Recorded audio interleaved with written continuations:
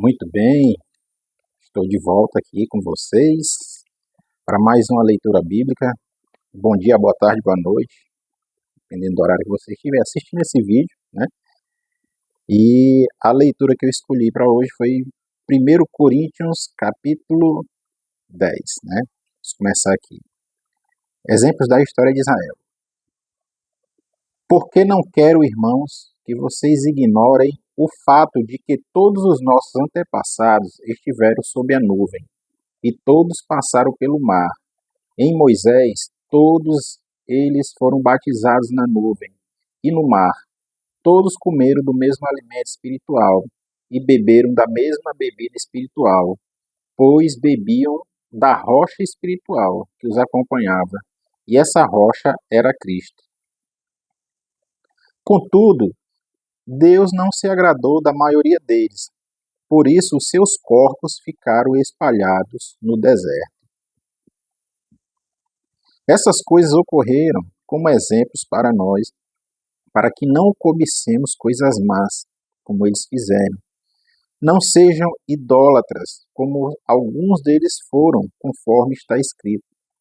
O povo se assentou para comer e beber, e levantou-se para se entregar à farra. Não pratiquemos imoralidade, como alguns deles fizeram, e num só dia morreram 23.000. Não devemos pôr o Senhor à prova, como alguns deles fizeram, e foram mortos por serpentes. E não se queixem, como alguns deles se queixaram, e foram mortos pelo anjo destruidor.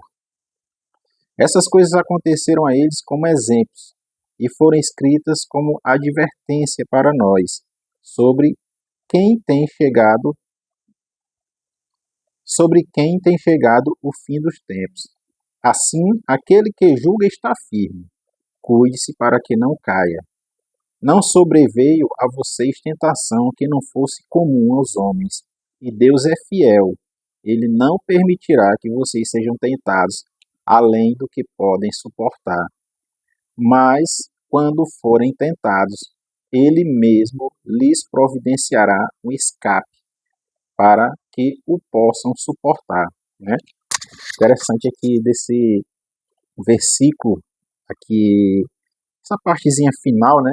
Bastante batida, né, nas igrejas, onde ele diz que não sobreveio a vocês tentação que não fosse comum aos homens, ou seja, que todas as pessoas não passam por elas, e que Deus é fiel e ele não permitirá que vocês sejam tentados além do que podem suportar, e vai lhe dar um escape, né, para você conseguir suportar essa tentação. Ou seja, ele está dizendo aqui que não há desculpa, né, para você pecar, porque Deus é fiel e muitas vezes a gente, né, comete um pecado e fica justificando, né, esse pecado, tenta justificar esse pecado de alguma forma, né, achando que, tipo, vai convencer a Deus de que, sei lá, que não foi por mal, que a carne é fraca, ou que era uma tentação grande demais, né? Está dizendo aqui, não existe isso, né? Todas as tentações pelas quais nós passamos, elas são tentações, né, suportáveis.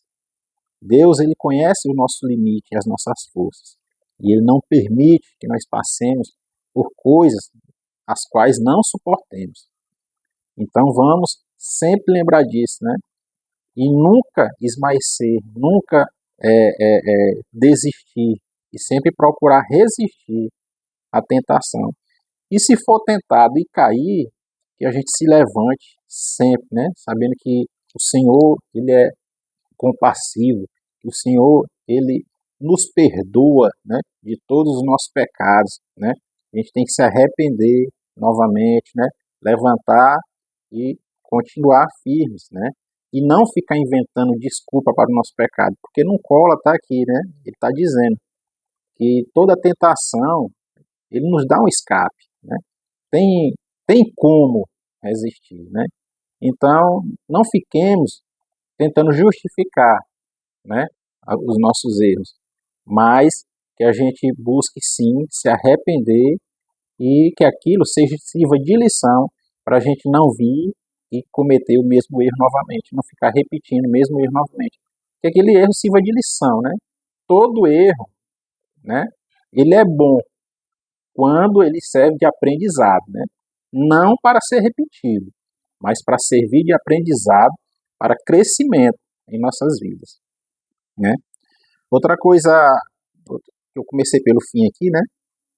Outra coisa interessante que eu destaco aqui é que no começo que ele fala do êxodo do povo, né, de Israel pelo deserto, onde o povo tinha acabado de ser liberto da escravidão, tinha acabado de fazer uma aliança com o Senhor, onde o Senhor dá ali as tábuas dos 10 mandamentos, né, e o povo é para estar num momento de euforia, de alegria, né, e ele diz que todos todos aqui, eles passaram por experiências maravilhosas, né? Experiências que eu tenho certeza que qualquer um de nós, nos dias de hoje, gostaria de ver, né? Gostaria de experimentar, ver Deus agindo diretamente diante dos nossos olhos, né? E com a frequência que isso ocorreu. Deus abriu o mar vermelho diante. Você imagina uma cena dessa, né? Tá ali uma multidão enorme, mais de 2 milhões de pessoas, e o mar se abre diante delas. Eles passaram, né, com os pés secos, né, cruzaram o mar vermelho dessa forma. O maná, né, esse alimento que caía do céu, e tantas outras coisas, né, milagrosas que a gente pode encontrar nessa passagem aqui. Mesmo assim, ele fala aqui no final, né, contudo, Deus não se agradou da maioria deles. Por isso, os seus corpos ficaram espalhados pelo deserto, né? A gente pode trazer isso para a nossa vida espiritual, mas também isso me lembra, né, da nossa vida também social, né? Isso acontece, né, constantemente na vida das pessoas, constantemente está acontecendo na nossa vida. De que forma? Por exemplo, a gente vê pessoas que passaram pela mesma escola, ou que fizeram a mesma faculdade, ou que nasceram e viveram no mesmo bairro, né? Sei lá, frequentaram a mesma igreja durante anos, e em determinado momento, né, uns tomam um caminho de ascensão, de vitória, de prosperidade, enquanto outros, né, um caminho de derrotas, né, de sempre estar fracassando na vida, né. Às vezes um aluno frequentou a mesma escola, a mesma faculdade que o outro, né. Aí um aluno que teve as mesmas aulas, com os mesmos professores, era a mesma escola, né, a mesma sala de aula, com acesso aos mesmos recursos, e um prospera, né, um consegue um emprego, ou ser um grande empresário, ou ser um médico de sucesso, de renome, um advogado e tudo mais, né, enquanto outros, né, levam uma vida de fracasso, né, uma vida difícil. Mas por que isso acontece? Se essas pessoas tiveram acesso, né, às mesmas coisas, se essas pessoas tiveram acesso aos mesmos recursos, passaram pelas mesmas experiências, por que que um prosperou e o outro não? E na verdade, não é nem só um, né, que não prospera. Na verdade, se você pegar de 100 alunos em uma sala de aula, né, às vezes ali você tira 10 que vão prosperar na vida, né, e os outros 90 vão ter uma vida de dificuldade, um com mais dificuldade que o outro. Mas por que isso acontece, né?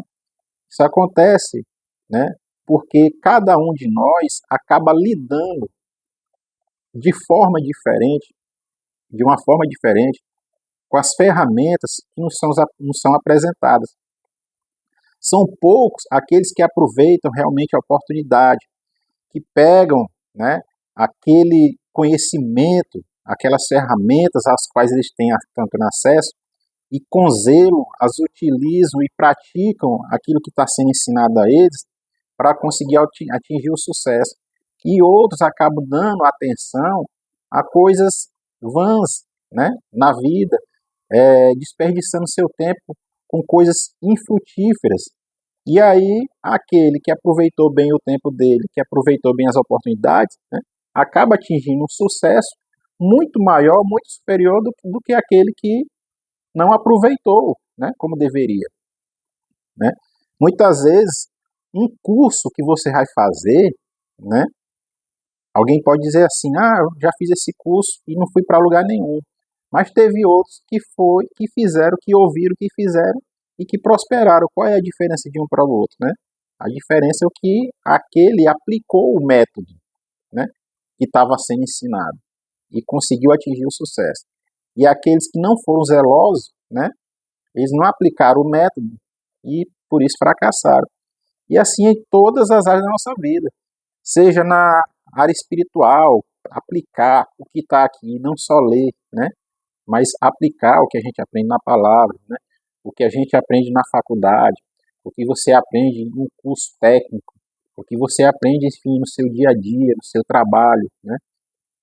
A gente, quanto mais zelosos nós somos, mais nos dedicamos, né, a gente consegue atingir um nível superior, né?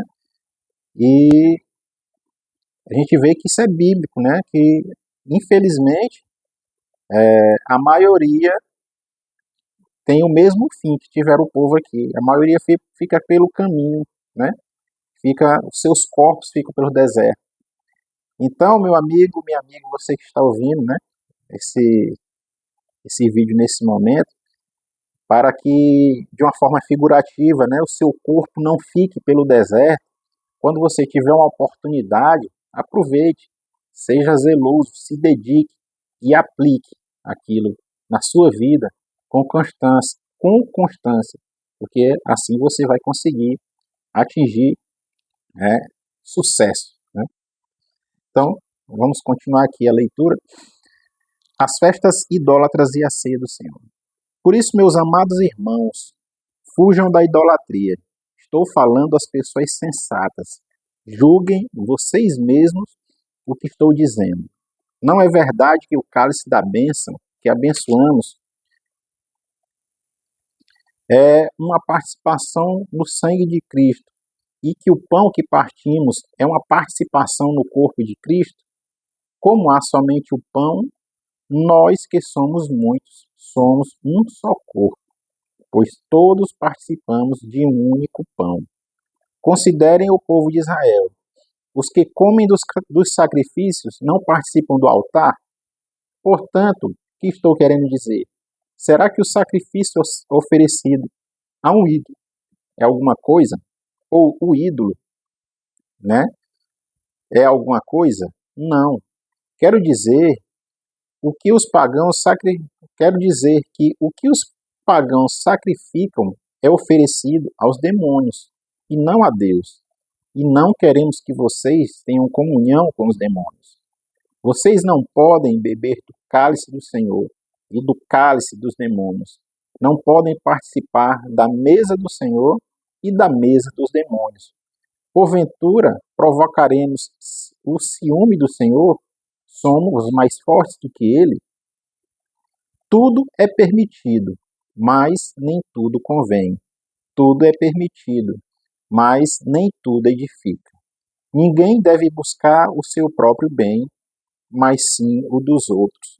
Comam de tudo que vende no mercado, sem fazer perguntas por causa da consciência, pois do Senhor é a terra e tudo que nela existe. Se algum descrente o convidar para uma refeição e você quiser ir, come de tudo o que for apresentado, sem nada perguntar por causa da consciência.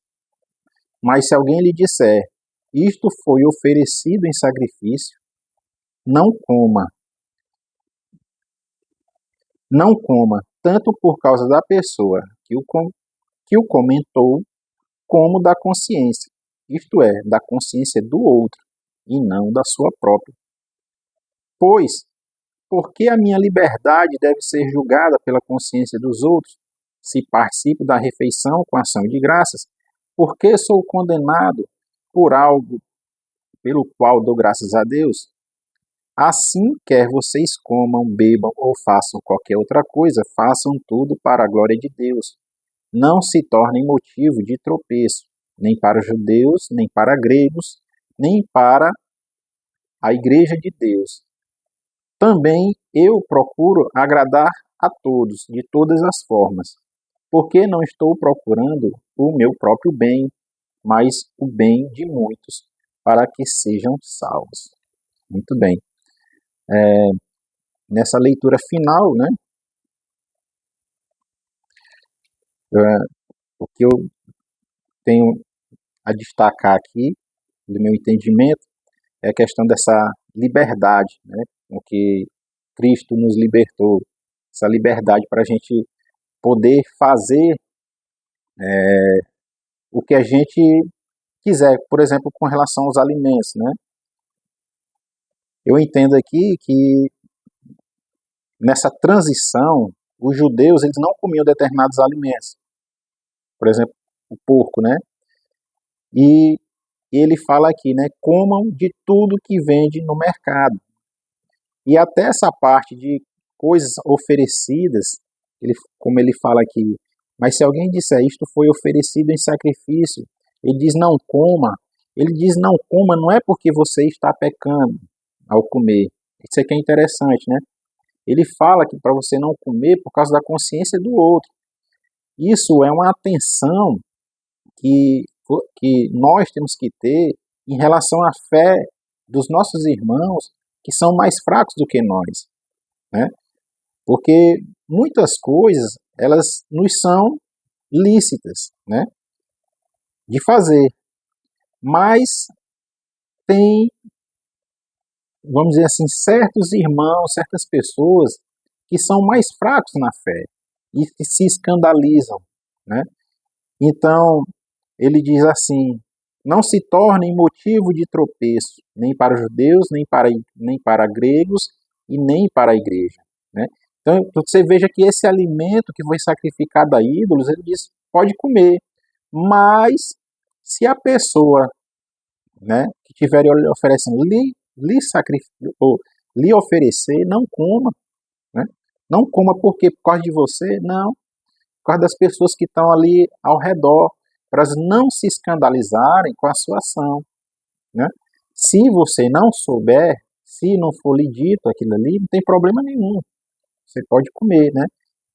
Porque não é pecado nenhum, mas por causa do outro, né, em amor ao próximo, para que aquele não se escandalize, não venha a tropeçar por causa de uma ação sua, é que você deve se abster de fazer determinadas atitudes, né?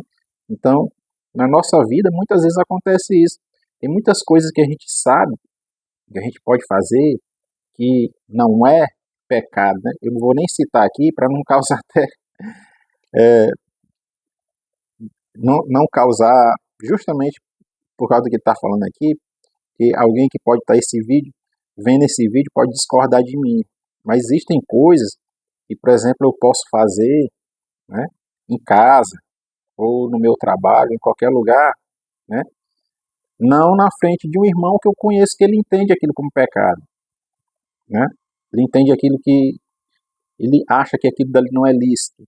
Como, por exemplo, eu tenho irmãos que eles, irmãos, né, muito chegados a mim, que eles creem que não podem comer carne de porco. Eles acham que ainda é pecado, eles vivem naquela aliança. Então, por que é que eu vou fazer isso na frente deles, né? É isso que eu entendo. A gente deve se abster dessas coisas e não fazer, né? Vou até citar um aqui, eu não, disse que não ia citar, mas eu vou citar. Ingestão de bebida alcoólica, né? É pecado ingerir bebida alcoólica? Pela minha consciência, não. Eu não bebo por opção, não ingiro bebida alcoólica por opção. Mas entendo que quem faz é livre para fazer, não tem problema. O pecado é o exagero na bebida, né? Assim como também o é o exagero na comida. E eu sei que tem muitos crentes que condenam a bebida, mas exageram na comida. E mal sabem eles que a glutonaria também é pecado, né? Eles eles não lembram, né? Esquecem que a glutonaria também é pecado.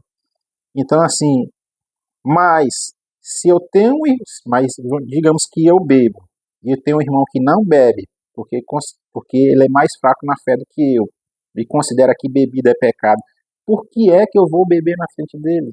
Para escandalizá-lo, né? Para ser motivo de tropeço para ele? Não. Principalmente se for um irmão novo na fé. Não. Então é melhor eu me abster, né? Da, daquilo, né? Que eu tenho consciência para que o meu irmão não se escandalize comigo, né? Então isso é uma questão louvável, até de amor ao nosso próximo, né? Muito bem, meus destaques foram esses da palavra, né? Se você que está ouvindo esse vídeo tiver algum destaque, deixa nos comentários para a gente, né, compartilhar. E se você concorda ou não concorda com alguma coisa que eu falei também, deixa aí nos comentários, não tem problema nenhum, viu? E até o nosso próximo encontro.